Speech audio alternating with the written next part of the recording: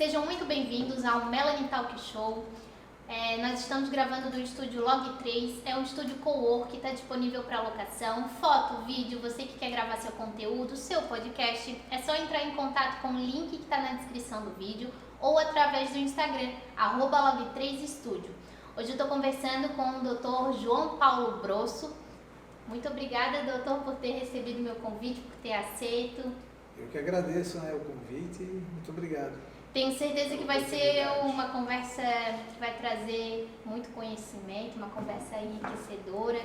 E eu já falei para o doutor antes, eu vou perguntar bem leigo, porque eu quero que todo mundo tire as dúvidas aqui, por meio da nossa conversa, de todo esse processo que é a gestação e a chegada de um filho, Como uma mulher pode se preparar para a gestação? Quem está pensando em ter filho, quais são os primeiros passos que pode fazer? Eu acho assim, como em tudo, o planejamento é o máximo, E na gravidez também não é diferente. Então, quando você se planeja, tem todo um passo a passo a seguir, os resultados sempre são mais satisfatórios, Não que o improviso, aquela coisa, fiquei grávida e agora não dê certo, também dá muito certo. Mas quando você se programa, é uma situação bem melhor e os acontecimentos a gente consegue, assim, prevenir, até sanar antes de que aconteça alguma coisa desfavorável. Que tipo de medicamento dá para tomar? Hormônio, enfim, vitaminas, algo nesse sentido, ou não? Antes de engravidar, Antes de engravidar. Então, antes de engravidar, assim, é bom fazer uma consulta onde você vai fazer todo o apanhado, Então, do ponto de vista de vitaminas, a função hormonal, ver o período fértil dessa mulher, tentar mostrar para ela quando que ela está no melhor momento para poder engravidar. Até porque, às vezes, gera uma frustração, esse mês eu não engravidei, esse mês eu não engravidei, vou ter relação hoje, preciso ter agora, está na hora de ter relação. Às vezes cria uma coisa desagradável. E você tentando explicar, mostrando as fases do ciclo, o que é uma menstruação, o que é uma ovulação, que é quando a mulher engravida, no período fértil, é quando ela está ovulando.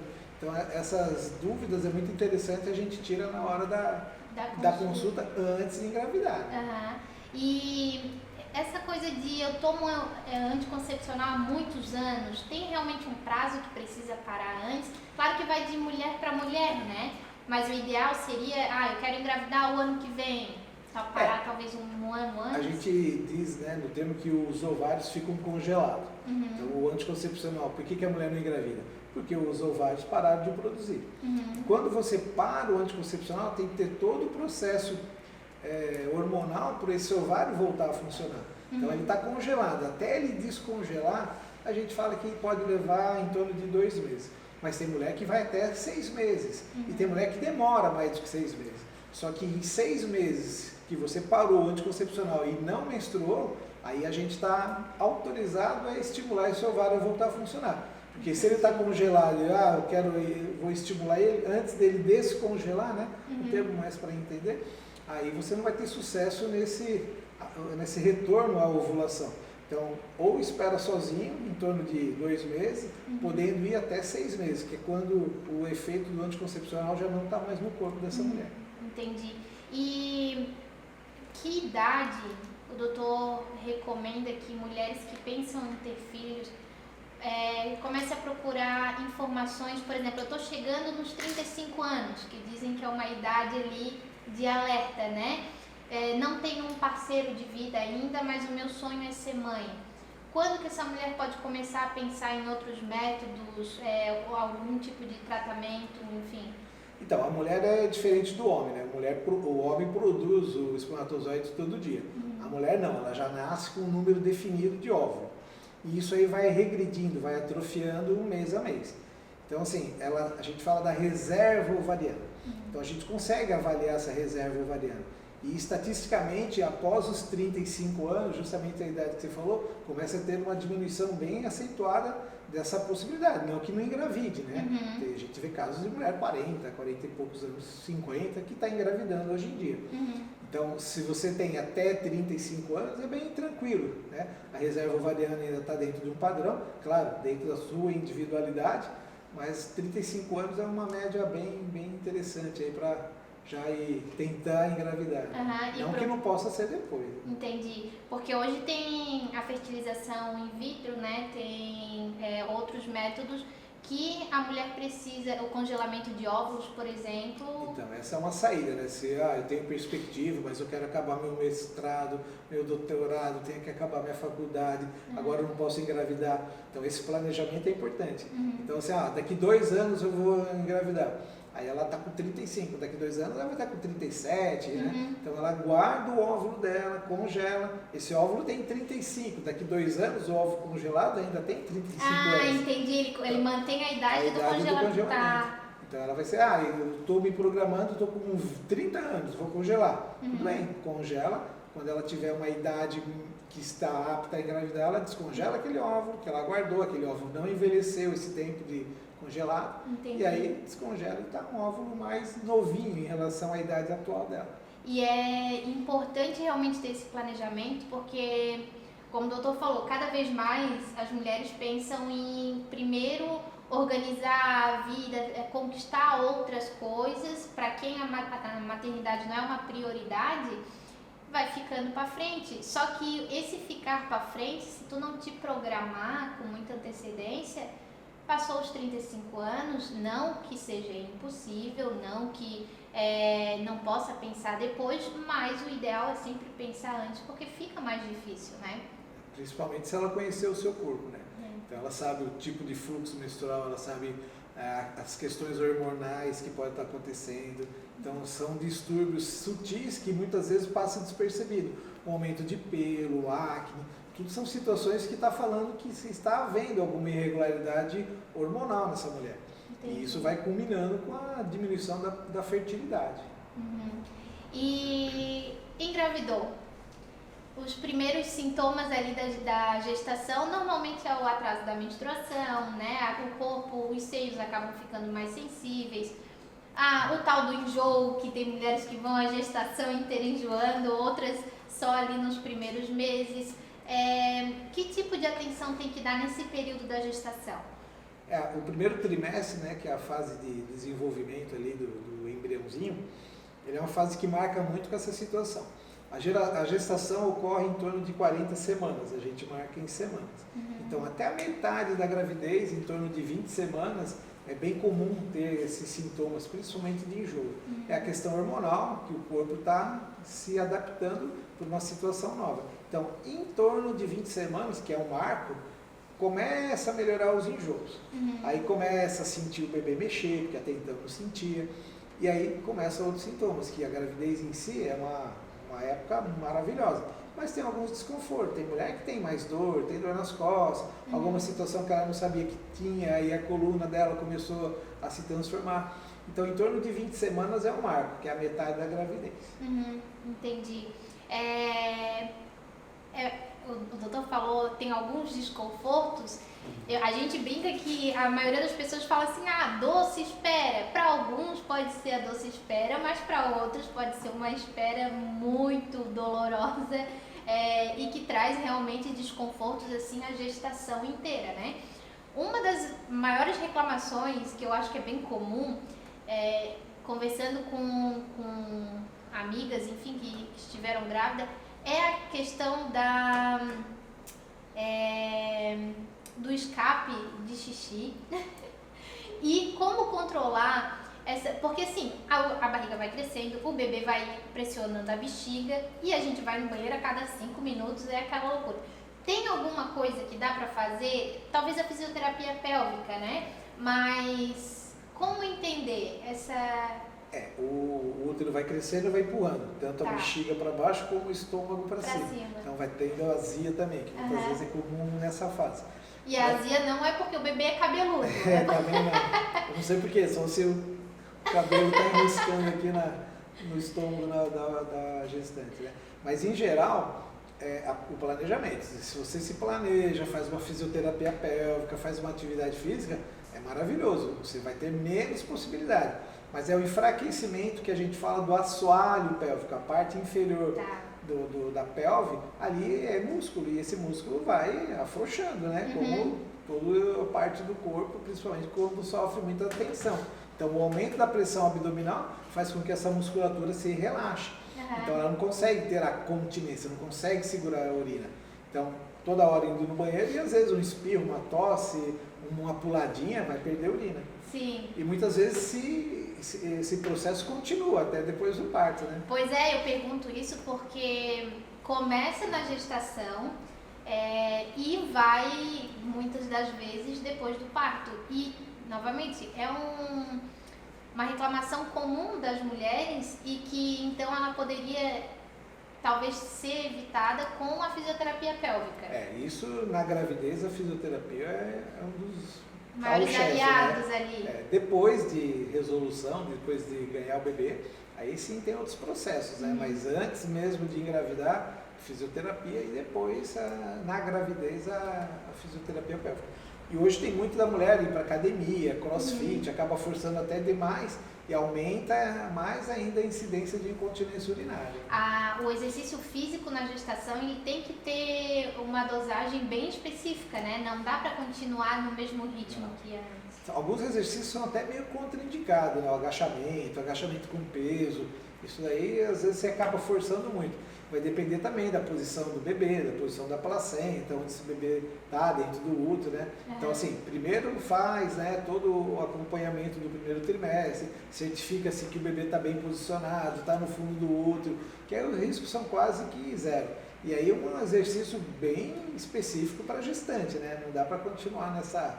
Sim, lembrar que cada gestação é única, cada mulher é única e não dá para comparar com a colega que vai para academia, porque ela faz, eu posso fazer. É sempre importante ter esse cuidado, esse acompanhamento, né? Cada um tem o seu padrão, né? O seu ponto de fazer a sua atividade de acordo com a sua possibilidade, né? E durante a gestação, que tipo de exercício ou que tipos de exame a gente pode fazer para, claro que é uma decisão de cada mulher, né? Mas acompanhar a melhor via de parto, porque assim, sabe-se que a cesárea seria em último caso, né? Mas que no Brasil o número é muito alto de pessoas que fazem cesárea, porque para a mulher é a melhor opção, né? Ela se sente mais confortável, tem medo às vezes do parto normal, não tem essa política ainda muito viva dia a dia de trazer o parto normal, né? De ser a primeira via. Ainda fala-se muito em a cesárea como uma escolha, lógico, acompanhando a gestação, cada gestação é única e se precisar realmente tem que ser feita a cesárea. Mas como escolher a melhor via de parto? Então, para escolher, se fosse para escolher, teria que ser o parto normal. Mas a situação do momento, na hora ali, que vai ser uma definição, né? Muitas vezes vem tudo certo, chega na hora, parou de dilatar, o nenê teve uma aceleração do batimento cardíaco, são situações que você tem que intervir. Daí dá a necessidade de um acompanhamento numa maternidade. E por outro lado é o contrário, às vezes quer porque quer uma cesárea, está com medo, chega lá na hora, está nascendo, não dá tempo nem de fazer a cesárea, né? Sim. Tem os dois lados. Mas eu ainda acho que o melhor de tudo é o parto normal, porque a recuperação é muito boa, é rápida, né? Tem toda uma tecnologia que se faz, toda uma metodologia que se faz para ter um mínimo de dano, né? Tanto na parte perineal como para o bebê, né? Mas se puder optar pelo parto normal, é rápido, você ganha o bebê, daqui a pouquinho você já está de pé, já pode andar, tomar banho, ao contrário de uma cesárea, né? E muitas vezes é pela comodidade, não só da paciente, mas também do médico. Às vezes, vou marcar a cesárea, né? Mas sabe que tem uma maternidade, tem um plantonista, você chega lá, o plantão vai te atender. Às vezes seu médico não está ali 24 horas disponível para ficar com você. Então o plantão vai assumir, vai fazer tudo o que é necessário. Mas o parto normal também traz muitos benefícios para o bebê, né? Para o bebê, né? Então a passagem do canal do parto, o contato com essa flora vaginal é muito benéfica para o desenvolvimento da sua proteção, da flora intestinal desse bebê. Então, tudo isso, a respiração, tudo isso é maravilhoso. A natureza é sábia, né? Faz passar por onde tem que ir. Né? E muitas vezes a cesárea, que foi um procedimento para salvar a vida, virou aquela coisa de rotina, né? Todo mundo quer cesárea. Isso é Brasil, porque outros países do mundo que você vai, no Japão, que você fala que fez uma cesárea, é como se tivesse tirado um rim. Meu Deus, cesárea, por quê? O que aconteceu, né? Eu estava até pesquisando e o maior índice, se eu não me engano, o Brasil está em segundo ou terceiro lugar de índice de cesárea na escolha do parto. Hoje, não maior do que isso, porque no SUS muitas vezes não tem como escolher, né? A mulher, o SUS ainda, o parto normal é a primeira via, né? Mas se no SUS pudesse escolher de uma forma mais fácil, também seria a cesárea. Voltando um pouquinho na gestação, a relação sexual na gestação, pode, não pode? Porque isso é um mito e conversando com muitos pais, eles têm um pouco de medo de, e o bebê, vai machucar, não vai? Como é que funciona? Não, é normal, é uma vida sexual normal. Um pouco diferente em relação a uma situação de uma mulher não grávida. Aí você tem a situação de barriga, você tem a situação do aconchego entre o casal, mas nada impede de ter relação sexual.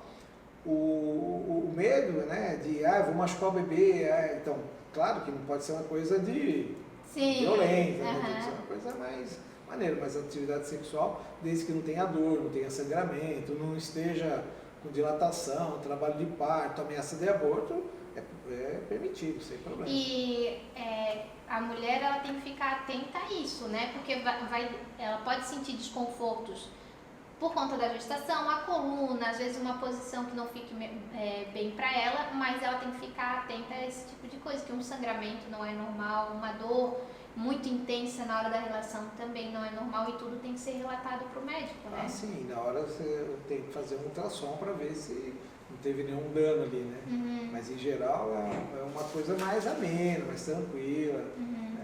E essa coisa de que a relação sexual induz o parto, é verdade, não é? É mito? Tem coisas que se você estimular o útero, ele pode ter contração. Agora, não que essa contração você vai desenvolver o trabalho de parto. A não ser que você esteja muito próxima de um parto ali, né? A vigência de um parto. Mas é mito e também é verdade, vai depender do momento e da época, né? Entendi. Se você tiver no começo de uma gravidez, não vai ter como ter um parto, né? Sim. É a mesma história da lua, né? Porque a lua cheia, a mudança de lua muda toda semana, né? Nas 2 gestações eu esperei a lua cheia e nada dele nascer. Nasceu bem a lua muda toda semana, mas não necessariamente. Claro que tem influência da lua. A lua muda, você vê a maré, muda tudo. E muda o corpo da gente também. Mas não que a mudança da lua vai trazer ao parto. Entendi. Escolhemos a via de parto, o bebê nasceu, tá tudo bem. O resguardo ainda o prazo é os 45 dias, né? É a quarentena, né? Então, se você leva ponto, que você tem que fazer sutura, é o tempo de absorção, o tempo de colar essa mucosa que lacerou. Só que também tem a questão da mulher, uma questão hormonal. É igual a qualquer animal, ela não está preparada para ter relação sexual no parto, logo depois do parto. Ela quer cuidar do filho, quer cuidar da cria. Então é um momento, hormonalmente falando, a mulher não está muito propícia. Mas nada impede, né? Às vezes até para satisfazer parceiro, alguma coisa assim, a mulher até faz. Mas não que seja necessário ou impossível. Mas em geral, depois dos 40 dias. Né? E até eu penso que não é recomendado, né? Ou não a mulher vai estar com sangramento, vai estar com desconforto, vai estar com dor, o útero aumentado, né? Não é interessante essa época.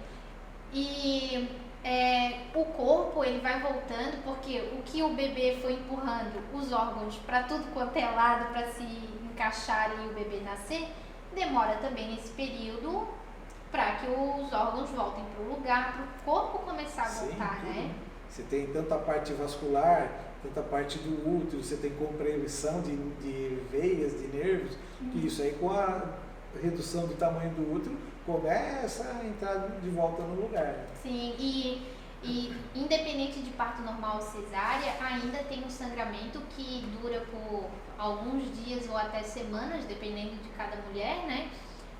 Por conta disso, né? Que o organismo o útero, o ovário, enfim. A placenta fica bem grudada no útero e com as artérias da placenta entrando dentro do útero, para se alimentar dali, das artérias do útero. Então aquilo ali, quando você tira, é como se estivesse tirando uma raiz. Vai ficar sangrando a parte que ficou exposta ali do útero, onde a placenta estava colada, você tirou a placenta, aquilo ali vai ficar sangrando. E pode ficar em torno de 1 mês ainda com sangramento. Não é menstruação, é sangramento, né? Sim. Tanto no parto normal como na cesárea. No parto normal nem tanto, mas na cesárea às vezes dura, porque a estrutura do útero às vezes fica um pouquinho mais demoradinha. Entendi. E quando é feita uma cesárea, qual o tempo ideal para esperar para ter um novo parto de cesárea, no caso, ou um novo parto normal influencia? O ideal é 1 ano, né? Para tudo ficar bem cicatrizado, tudo voltar ao normal, o útero recuperar, porque o útero são várias camadas e ele vai abrindo essas camadas e às vezes o útero fica bem fininho. Então você tem riscos de ruptura uterina, são situações que você tem que ficar bem atento. Em geral, depois de 1 ano. A mesma recomendação para o parto normal? Para o parto normal também. Mesma recomendação. No resguardo, tem algo que a mulher tem que ter cuidado, atenção, que aconteceu e ela precisa procurar um médico? Porque normalmente a gente espera dar, sei lá, 2, 3 meses para retornar, né? Tem algo que precisa ter um cuidado, um alerta? São situações principalmente de sangramento, né? Tem sangramento que é bem inicial, às vezes até dentro ainda de uma maternidade. Mas fora, já em casa, o que mais tem que se cuidar é para não engravidar de novo. Isso daí é uma situação que muitas vezes, eu estou sem menstruar mesmo, eu estou amamentando, quando vê, tá grávida. Sim, eu engravidei com 4 meses, não deu nem 1 ano. Eu pergunto porque às vezes a gente está em casa e escuta assim, não, mas tu pode fazer tudo, já pode, né, fazer uma faxina, já pode voltar a ter relação sexual, já pode isso, já pode aquilo, vida é normal, vida que segue, mas não tem nada que diga assim, melhor, lógico que tem a quarentena ali, né, mas que tem que voltar aos poucos, por exemplo, no caso de uma cesárea, uma cirurgia, né? O voltar aos poucos é o recomendável, né? Até porque a mulher, antes de ganhar o bebê, ela quer fazer tudo, né? Sim. Subir no telhado, limpar a caixa d'água, fazer tudo antes de ganhar o bebê, para deixar tudo preparadinho para a tal da faxina da chegada, né? Depois ela até que deixa um pouquinho de lado. Mas, assim, claro, gradativo, né? Não fazer aquela coisa, tudo tem que fazer rápido. É gradativo, principalmente cesariana, né? É uma cirurgia. Então, cuidado para até lavar louça, tem que tomar assim cuidado. Né? Não dá para voltar para academia logo não, pelo menos 30 dias no mínimo. O corpo, como a gente falou, ele tá voltando e eu insisto muito em perguntar isso porque com essa nova rotina e esse mundo de hoje que exige que a mulher tenha que voltar ao trabalho, ou tenha que dar conta de tudo, ou tem que isso, tem que aquilo, a gente não tem que, né? Cada um tem que respeitar o seu tempo, né? O seu corpo. Individualidade. E hoje é bem isso, a mulher é multitarefa, né? Cuida do filho, cuida da mamadeira, cuida da roupa, é o trabalho, é o marido, é a casa. Então acaba se sobrecarregando e agora mais com o bebê, né? Sim, e às vezes colocando a saúde em risco, né? Porque daí quer dar conta de tudo, porque acha que precisa. Claro que tem mulheres que, às vezes sozinhas, elas precisam realmente se virar ali, né? Com toda a rotina, mas aquelas que têm rede de apoio e podem contar, contem com essa rede de apoio, né? Porque o mais triste de tudo isso é a depressão, né? A depressão pós-parto. Isso chega a ser assim, triste, né? A mulher muitas vezes quer abandonar o filho em função de um momento dela, né? Um momento até hormonal, falta de nutrientes, que isso tem que ser prevenido no pré-natal. Porque as vitaminas que a gente toma durante a gestação, a gente tem que continuar tomando depois do parto. No pós-parto, sim, é bem interessante, né? Uma das coisas que previne muito a depressão é o ômega, né? O ômega 3.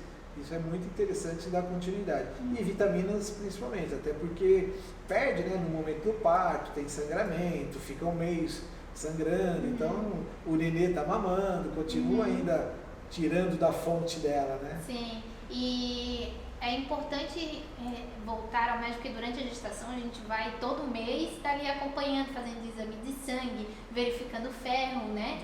e depois que ganha, muitas vezes a gente esquece de voltar pro nosso bem-estar, pra nossa saúde. A gente volta pro pediatra, né, pro bebê. E é importante esse exame de sangue para verificar também. Em geral, 30 dias depois, a gente, pelo menos 30 dias, obrigado, né? Pra ver como é que tá, pedir novos exames. E a prioridade agora é o bebê, né? Então ela acaba esquecendo um pouco dela e vai querer cuidar mais do neném. Porque às vezes a mulher acha que tá muito triste, que não tá conseguindo lidar com a situação, e às vezes é só uma falta de vitamina, né? Só a falta do ferro, é só a falta de algum nutriente ali que tá deixando ela com os hormônios, além dos hormônios pós-parto ali, do resguardo que, né, vem intensamente e faz a gente chorar a cada minuto. Já veio sensível da gravidez. Já veio sensível, Depois voltou pra academia. A relação sexual, como é que faz para melhorar a lubrificação? Porque tem relatos de mulheres que a primeira vez que volta a ter relação sexual depois do parto, sentem muita dor ou não tem lubrificação, que algumas falam que é semelhante à primeira vez, enfim. Realmente isso acontece? Como é que funciona? É uma questão hormonal, né? Aquela coisa que a mulher ainda não está preparada para ter novos filhos.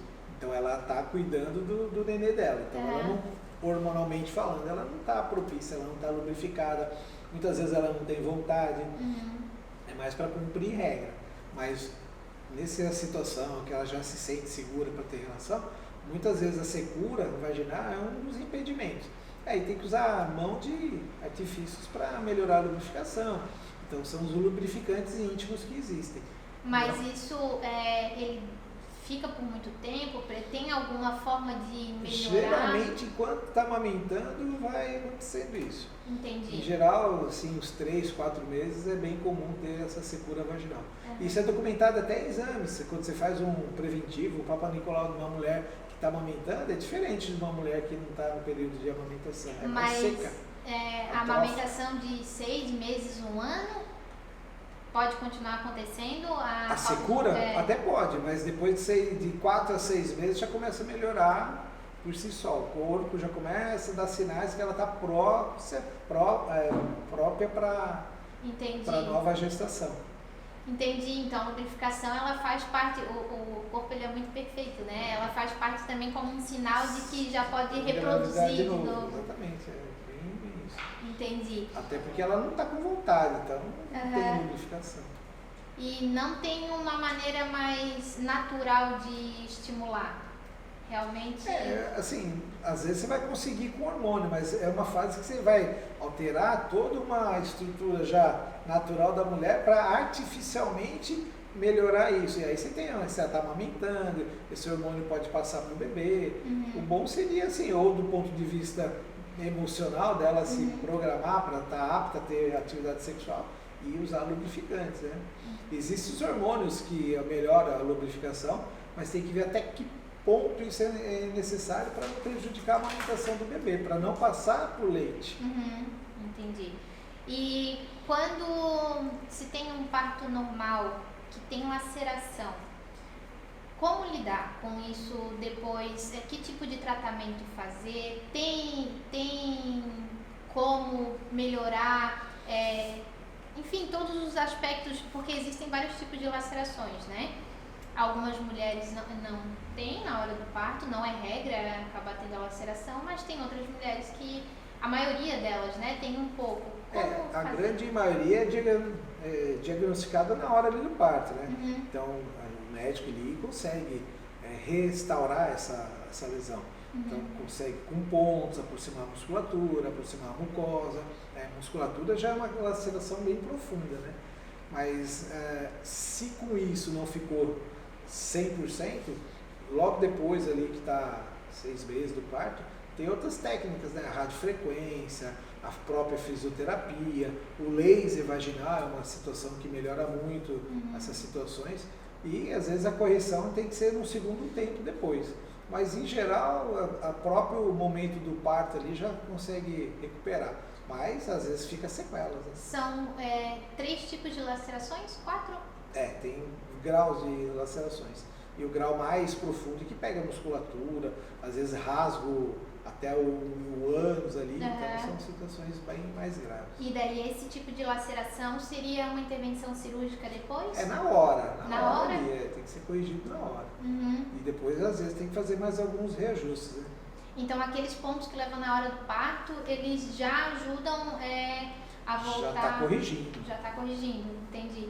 E o doutor falou do laser e o doutor trabalha com laser também, né? Como funciona? O laser que eu trabalho é o laser de CO2. Ele é um laser que ele faz tanto corte como ele faz microfuros, tanto na pele como na mucosa, que proporcionam o ressurgimento de colágeno, estímulo, né, de colágeno, e isso faz com que haja uma nova formação ali naquela área lesada. Então são situações que você faz aplicações mensais, pelo menos 3 aplicações. Eu já tive pacientes que precisam fazer 6, 7, né? E fora da gestação, né? Mulheres com outros problemas que não podiam usar hormônio.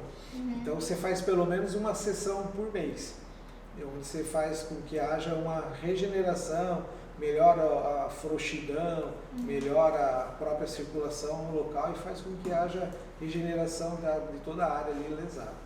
Esse laser ele funciona também para incontinência urinária? Também. Aí há o laser vaginal, que coloca como se fosse um ultrassom vaginal e faz todo o canal vaginal. Ele vai, tipo um furinho sim ou não, e vai fazendo em todo o canal vaginal e vai até da profundidade ali do colo uterino até exteriorizando-se. E da incontinência tanto causada da gestação como qualquer outra, dependendo da idade, enfim? Ele tem uma limitação, né? Uma incontinência muito severa, muitas vezes o laser não resolve. Mas ele é para melhorar a secura vaginal, melhorar o trofismo, né, que a gente fala, e tanto essa secura pela deficiência da mucosa. Então você fazendo isso, você regenera a mucosa. Então você faz o laser toda a vagina e depois em volta da uretra, ao lado da uretra. A uretra é o canalzinho que sai o xixi, em volta da uretra você aplica o laser também, paralela à uretra. Então, aliado a isso, uma fisioterapia pélvica já resolveria o caso de uma incontinência urinária depois de uma gestação? A incontinência é uma questão assim meia difícil às vezes de solucionar. Às vezes você tem que abrir mão de várias outras coisas e às vezes até ao mesmo tempo. Então às vezes você tem que fazer a radiofrequência, cirurgia, laser, aplicação. Hoje está na moda também os fios de PDO, os fios que se usa na face, você faz em volta da uretra para fazer uma camadinha igual a telinha, que todo mundo, preciso colocar a tela. Faz com o procedimento a nível de consultório. Então às vezes não é um procedimento para curar a incontinência. Às vezes você tem que fazer, repetir, um procedimento. É uma escadinha, você vai ter que ir subindo até alcançar o resultado. E em relação ao laser, também ajuda esteticamente, depois de um parto normal, que às vezes os lábios não ficam como eram antes, né? Acaba deformando, ficando, enfim. Principalmente se tem lesão, né? Se tem lesão ali da mucosa. Só que quando você fala de lábios, você tem os pequenos lábios e mais por fora os grandes lábios. Geralmente essa mulher já tem uma certa alteração de formato, um lado diferente do outro, um maior que o outro, ou os dois grandes. E aí depois, no pós-parto, quando já está voltando na questão hormonal, ou até antes de operar. O laser é um método muito eficaz, que se faz a nível de consultório, com anestesia local, que não precisa ir para centro cirúrgico, você consegue resolver essa questão do... É um procedimento mais simples, teoricamente, assim, sem precisar de um centro cirúrgico. Hoje é considerado, são as terapias minimamente invasivas. Então, você consegue fazer cirurgia de períneo em consultório, que não é tão simples. Entendi. A laser, você consegue fazer um tratamento da incontinência urinária, você consegue fazer uma plástica de pequenos e até de grandes lábios, que é a ninfoplastia, você consegue reduzir o clitóris, hoje em questão de uso de substâncias para ficar forte, o clitóris aumenta, você consegue fazer tudo isso, é complexo e é em consultório, é minimamente invasivo. Ah, entendi. Eu achei que era algo muito mais complexo de trabalhar com laser, mas não, então, é possível... Vai muito da formação, né, do tempo de vivência.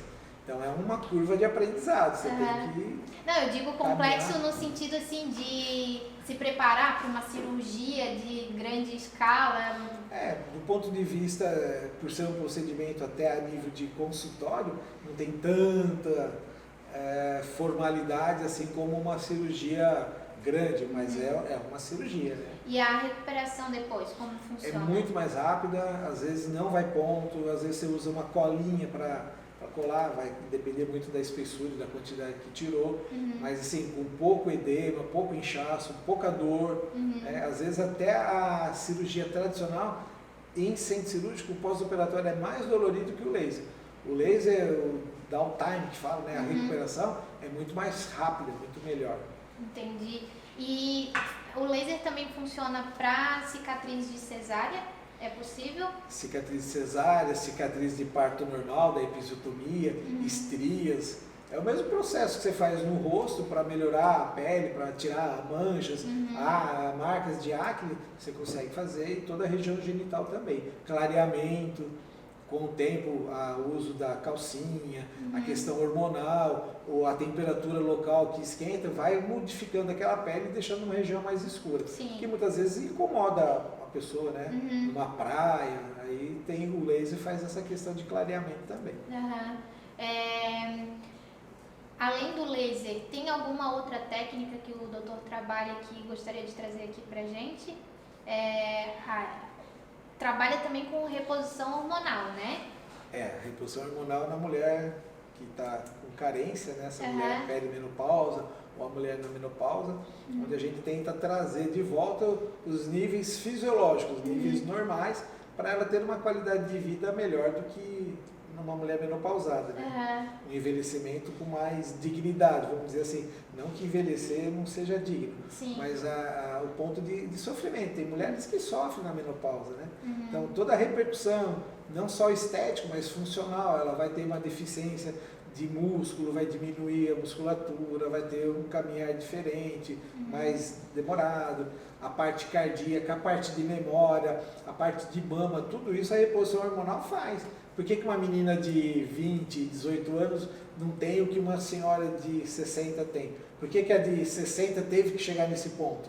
Por questões hormonais. Então, se a gente consegue restaurar ou mesmo não deixar chegar a níveis que acabe a questão hormonal, essa mulher continua tendo músculo, continua tendo uma memória boa, continua tendo libido, não tem secura vaginal, tudo isso é o caminhar junto. E quando que é o momento de começar com reposição hormonal? A questão do esperar ter sintoma muitas vezes já é tarde, mas não há momento para começar. Claro, os resultados são muito melhores. Uma mulher que está tendo os primeiros sintomas em torno dos 40 anos, com 35 começa a ter a diminuição dos hormônios, com 45 provavelmente a grande maioria das mulheres estão entrando na menopausa, ou estão no que a gente chama de climatério, que é aquele período que ainda não está na menopausa. Então, quando começa a ter essas alterações relacionadas a fluxo menstrual, secura vaginal, diminuição da libido, é o momento de procurar e ver o nível hormonal como está. Porque essa reposição ela pode ser feita também em mulheres que, após o parto, enfim, dependendo da idade, às vezes são sintomas que as mulheres começam a sentir já, né? Eu não quero mais ter filhos, passa ali, sei lá, 5 anos e ainda sente essa coisa de... o doutor acabou de falar... Secura, libido e tudo mais. É momento de procurar começar a reposição hormonal ou seriam outras técnicas? Hoje você vê menina de 20 anos com acne, que não é tão comum. Você vê coisas que estão envolvidas a questão hormonal. Porque quando você fala de hormônio, não é só o hormônio em si, são alterações que vão alterar esse hormônio. Então, se eu tenho uma disbiose que faz com que meu intestino não está bem, funcionando bem, eu vou ter um distúrbio hormonal. Então, muitas vezes a acne, a queda de cabelo, já é indício que os meus hormônios não estão bons. Mas não é o hormônio em si o problema, pode ser até a alimentação. Entendi. Porque o melhor remédio hoje ainda é a prevenção, né? É sempre tentar começar antes e analisar e fazer exames, acompanhar, né? E muitas vezes o corpo fala, né? O corpo diz. A gente que muitas vezes não entende a linguagem do corpo. Então, às vezes você está comendo um alimento que para você não desce bem, mas você insiste em comer. Mas por que não está bem? Porque para você aquele alimento não está sendo bom dentro da sua individualidade. Se você começar a sentir, perceber o que o corpo está te dizendo e você começar a perceber isso, pô, eu estou seca, estou sem vontade, alguma coisa de errado está acontecendo. Vamos procurar um médico, vamos ver a questão hormonal. E a alimentação é um aliado muito importante, né? Na parte da reposição hormonal. Totalmente, né? Até porque tem alguns alimentos que ajudam e tem alimentos que prejudicam, né? Mas dentro da sua individualidade. Hoje existem testes, né? Não chega a ser uma alergia, mas uma incompatibilidade com a pessoa, que alguns alimentos não descem bem. Às vezes a pessoa come um abacaxi e não está legal, come uma comida que não desceu bem. Não necessariamente ter alergia. Claro, quando você tem uma alergia, está mais do que comprovado que aquele alimento não faz bem. Vide camarão. Todo mundo sabe que quando o camarão não se faz bem, nem come. Então são coisas sutis que você pode perceber no teu dia a dia, o corpo te falando, ou aí partir para a tecnologia e fazer os testes, né? Sim. Os testes alérgicos. Sim. A idade, ela influencia muito em tudo, desde o momento em que tu pensa em uma gestação, durante a gestação, pós... É provado isso, né? E infelizmente, cada vez mais a gente vê a idade, ela sendo um inimigo para as mulheres, tanto na questão de reposição hormonal, de menopausa, porque o doutor pode falar melhor do que isso, do que eu, mas a menopausa precoce, eu vejo muitos casos de menopausa precoce de mulheres que tentam engravidar e não conseguem por conta disso, ou não conseguem, daí vão descobrir, estão com a menopausa precoce. Como prevenir, ou como... Lógico, tem que olhar o seu corpo e tem que se conhecer, mas como acompanhar? É algum exame específico que precisa fazer? Menopausa é o momento que a mulher para de menstruar. Se ela está mais de um ano sem menstruar, provavelmente os níveis hormonais dela já indicam menopausa. E isso tem que ocorrer após os 40 anos. Só que pode ir até 55. Agora, se acontece com 40 anos e a maioria com 55, você ficou 15 anos antes da menopausa. Com toda a consequência que a menopausa traz. Enfraquecimento dos ossos, da memória, da musculatura, da libido, a falta de hormônio. Todo mundo fala de testosterona, mas a mulher não é só testosterona. Imagina se isso acontece 15 anos antes. Agora imagina se acontece antes dos 40, com 38, 35, que não é tão incomum assim. Então toda a repercussão que a falta de hormônio está trazendo para essa mulher começou muito cedo. Então ela vai ter mais problemas mais cedo. Então aí que é a importância. Estou sem menstruar, minha menstruação está irregular, fico 3, 4 meses sem menstruar. Tem coisa errada aí. Mas para essas mulheres que tomam anticoncepcional, às vezes emendam cartela ou a injeção, enfim, como saber? Porque daí acaba a menstruação que seria o sinal não ocorre. O anticoncepcional é como se a mulher estivesse na menopausa, porque o anticoncepcional ele bloqueia a produção de hormônio. Ele dá um pouquinho de hormônio, mas não é o suficiente que a mulher precisaria, senão ela não estaria bloqueada. Então, queira ou não queira, quando você toma um anticoncepcional, você está bloqueada. E aí é quase que uma menopausa, esse período todo que você está tomando anticoncepcional. O jeito é esperar acabar, parar com o anticoncepcional e ver se o corpo fala. Mas aí pode demorar alguns meses. Mas pelo exame de sangue você consegue saber qual o momento dessa mulher. Se ela está na menopausa, se ela está chegando na menopausa. O exame de sangue hoje ele já... Consegue perceber pelo exame de sangue.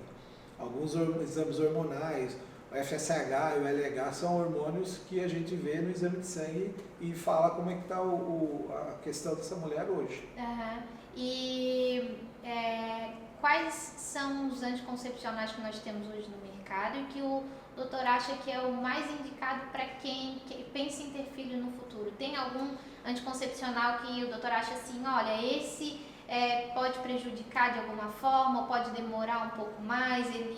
É até controverso isso, né? Você vê que nem algumas situações de alimentação, pode ser controverso. Mas uma coisa que menos interfira é o que mais resultados você vai ter depois. Então, o DIU não hormonal é praticamente um sistema de barreira que você está colocando dentro do útero, que destrói o que chega primeiro. Ele não é abortivo, como se falou um dia. Ele destrói ou o espermatozoide ou o óvulo, ele não permite a fecundação.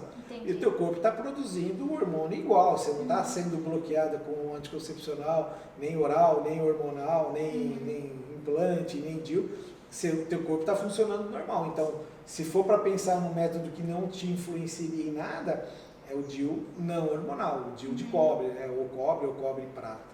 Até para aquelas mulheres que estão nessa linha de 40, 50 anos e querem ter o cuidado e analisar o corpo da questão da menopausa, então o DIU também seria o mais indicado. Até porque nessa idade hoje em dia diminuiu o fumante, né? Mas antigamente tinha 40 anos, fumava, obesa, sedentária. O risco de trombose com anticoncepcional, então, é muito grande. Então, a melhor coisa seria o DIU não hormonal. Certo. Tem alguma dica, algo que o doutor queira compartilhar com as mulheres que estão nessa fase da menopausa? Eu digo assim, do ponto de vista hormonal, se você fizer um exame e ver, procurar o teu médico e ver o teu padrão hormonal hoje, você consegue manter níveis fisiológicos por muito tempo.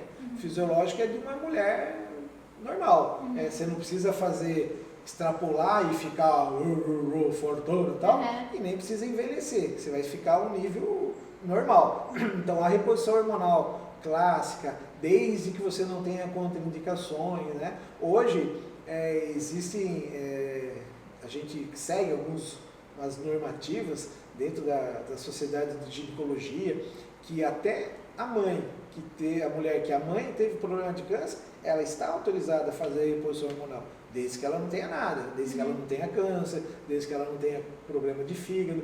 Então, ela está autorizada mesmo com a história familiar muito próxima dela. Então, houve um mito muito grande da reposição hormonal, da câncer. Isso foi mito, isso foi um erro de trabalho que existiu na década de 90, onde se usava um hormônio que era de égua prenha, o estrogênio da égua. Então, a égua, que não é a mulher, grávida, que não é a mulher, da urina dessa égua prenha tirava o hormônio. E aí viu-se que quem tomava aquele hormônio desenvolveu câncer. Mas é óbvio, né? Você está usando uma coisa que não é do ser humano, ainda numa situação de uma égua prenha. Então, a partir dali, falou, até a pesquisa parou, era para durar, durou menos da metade, era para durar 10 anos, e durou 5 anos, não sei se era 10 anos, mas durou metade do tempo que previsto. Porque viu-se que a reposição hormonal estava dando câncer. Aí que conclusão? Opa, a reposição hormonal dá câncer. Mas a reposição hormonal é errada dá câncer. A reposição hormonal normal, com os hormônios hoje que a gente fala bioidêntico, isso aí não, ele pelo contrário, ele ativa a mulher, ele ressuscita a mulher. Hoje tem uma polêmica dos implantes que foram proibidos, implantes hormonais. Mas se você parar para ver, uma mulher que faz uso de hormônio, a vida dela se transformou, ela não quer ficar sem hormônio mais. Você quer um café? Obrigado. Quando, entrando já nesse assunto do câncer, nós passamos agora o Outubro Rosa, né? Como fazer o autoexame, como fazer a prevenção, como a gente pode... Esse também é outra polêmica, né? Que é o câncer de mama, né? Assim como outro câncer, não só na mulher, mas no homem, ainda mais agora no Novembro Azul, né? Mas o ideal é não ter, né? Sim. Então, que você consiga ter atitudes, consciência, o próprio conhecimento para não desenvolver o câncer. Porque é difícil você pegar um câncer. Pegou. Não.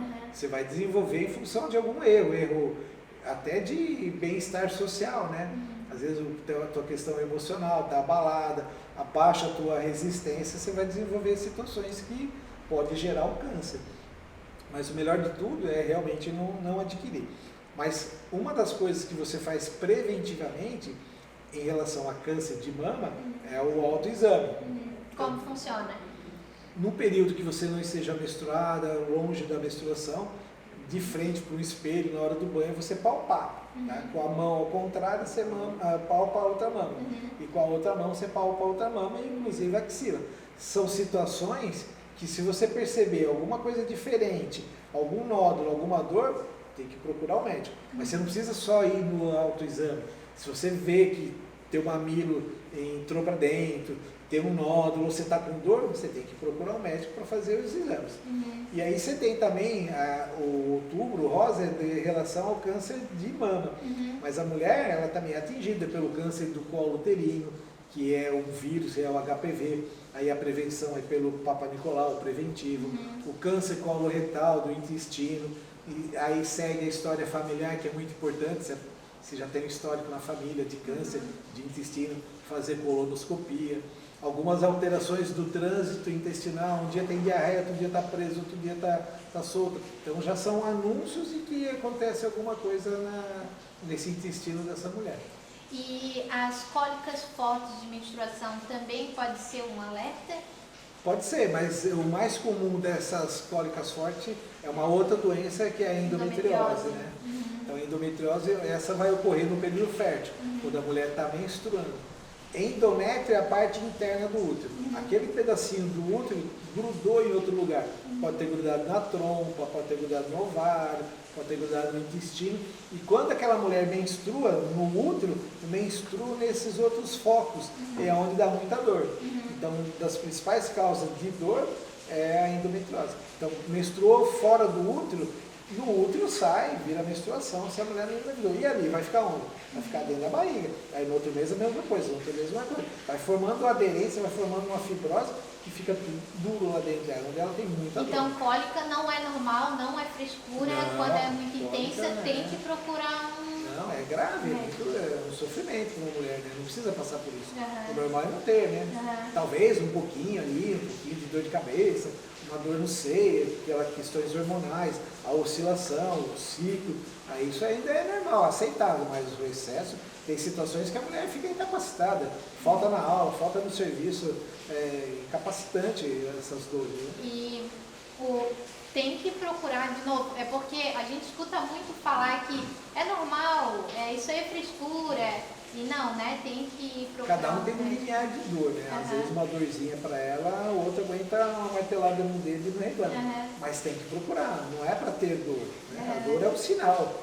Assim como o medo, é importante você ter medo das coisas. Você não vai na beiradinha do precipício, você tem que ter medo. E a dor é um sinal. O medo é um sinal, a dor é um sinal. Voltando na questão do câncer, tem a análise genética que se faz, né?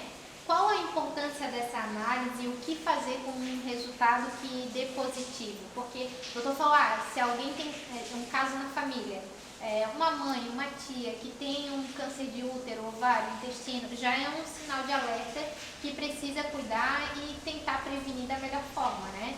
O câncer de colo uterino, que é aquele que a gente faz o preventivo Papa Nicolau, aquele ali é quase que 100% pelo HPV, pelo vírus.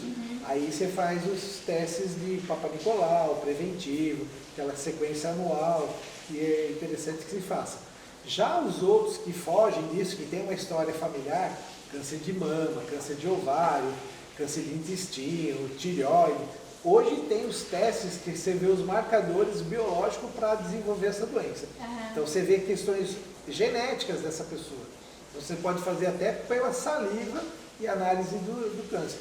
Agora, teve o exemplo da Angelina Jolie, né, que ela tem história da família, ela foi fazer o teste e ela tem um gene que pode desenvolver. Se você bloquear esse gene e não desenvolver, é ótimo, mas nem sempre você consegue.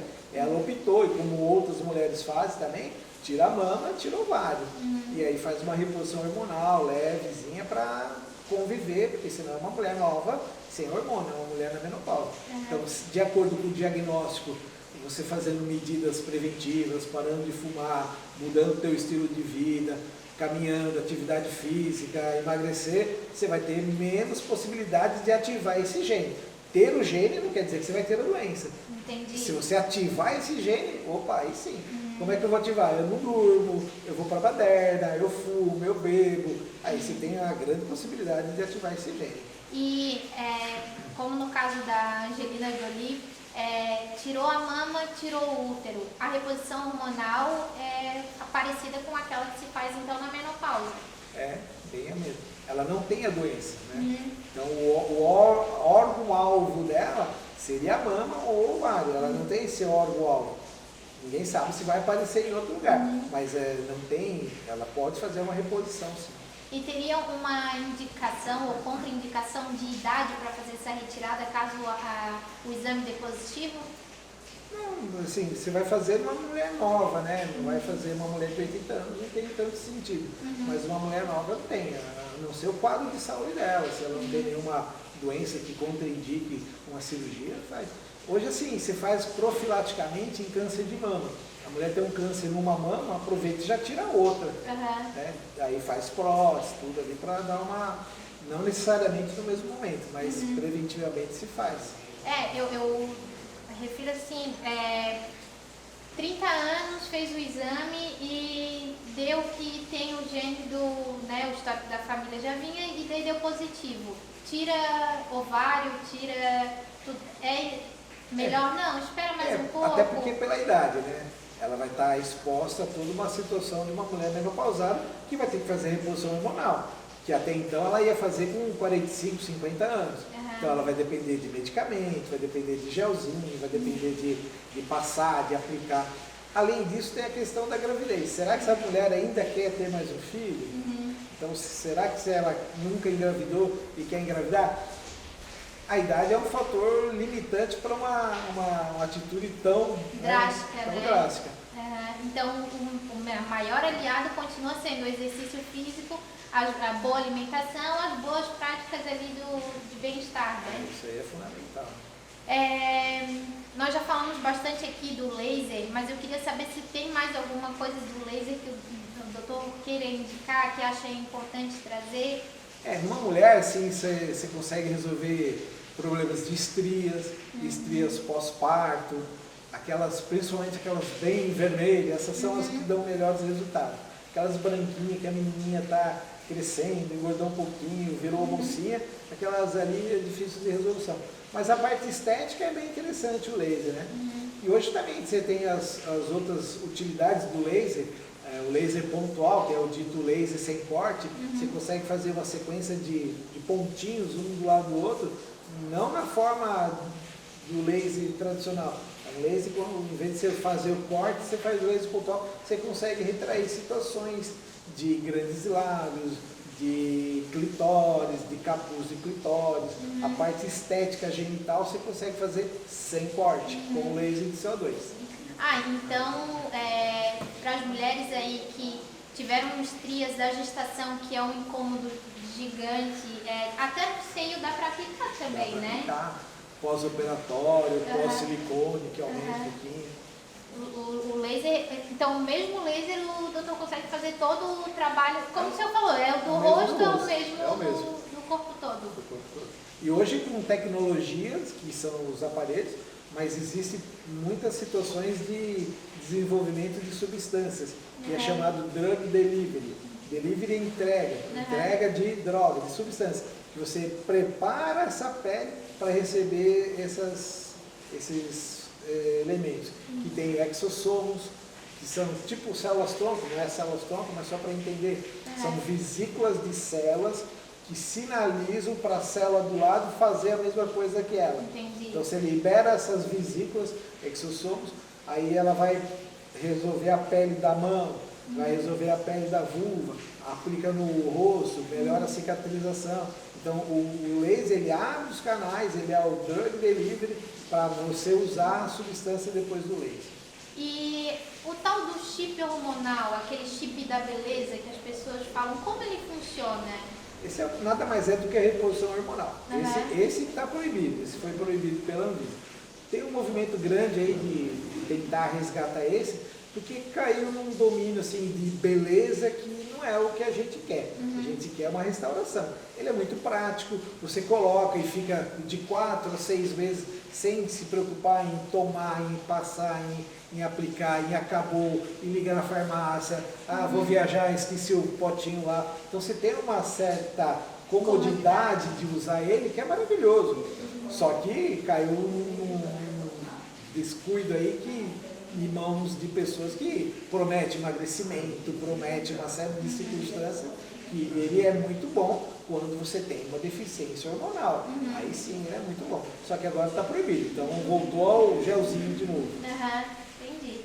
Doutor, as redes sociais, depois a gente vai deixar tudo aqui na descrição do vídeo para quem quiser seguir o doutor. O doutor atende aqui na Grande Florianópolis, Coqueiros, né? Em Santo Amaro da Imperatriz. Isso, tem aquele em Florianópolis.